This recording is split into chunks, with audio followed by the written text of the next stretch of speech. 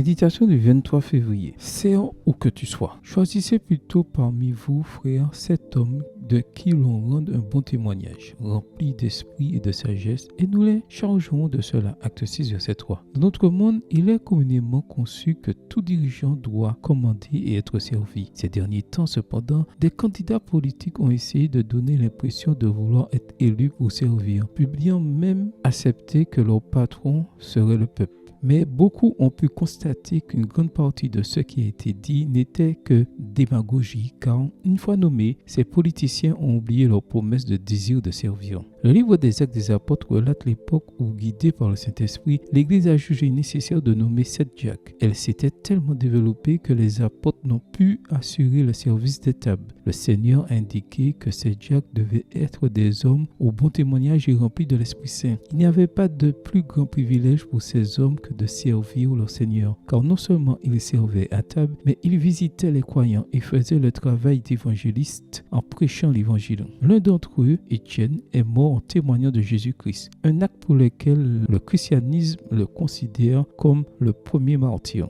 Un autre parmi eux, Philippe, est devenu un évangéliste puissant qui a eu le privilège de baptiser un des principaux fonctionnaires d'Éthiopie. Sa relation avec le Seigneur était telle que le Saint-Esprit le transportait sur les lieux où il devait exercer son ministère. Les diacres enseignent combien une personne peut être grande lorsque, sans prétention, elle se met humblement au service de Dieu. Il s'agit de servir sans rien attendre en retour, de servir ceux qui ne peuvent pas rendre l'appareil et de servir aux tables en tant que porteur de l'Évangile. Il n'est pas nécessaire d'avoir un diplôme pour servir. Où que tu sois, tu peux servir. Tu peux commencer par servir ta famille, ton quartier, l'église que tu fréquentes et tes collègues de travail. Le plus grand service que tu puisses rendre est celui de partager l'Évangile avec ceux qui ne connaissent pas Dieu, car ce service aura des récompenses éternelles. Ce matin, avant de quitter la maison, pense à ceux qui ont besoin que tu les serves. Il se peut qu'ils ne veuillent pas de ton service, même qu'ils te rejettent. Mais rappelle-toi, Jésus est venu pour se faire serviteur, même si on l'a rejeté et tué. Il a donné sa vie avec joie, car son service avait et a des conséquences éternelles. Ton salut et mon salut, parce que tout est pour sa grâce. Amen. Bonne journée à vous et que le Seigneur vous bénisse.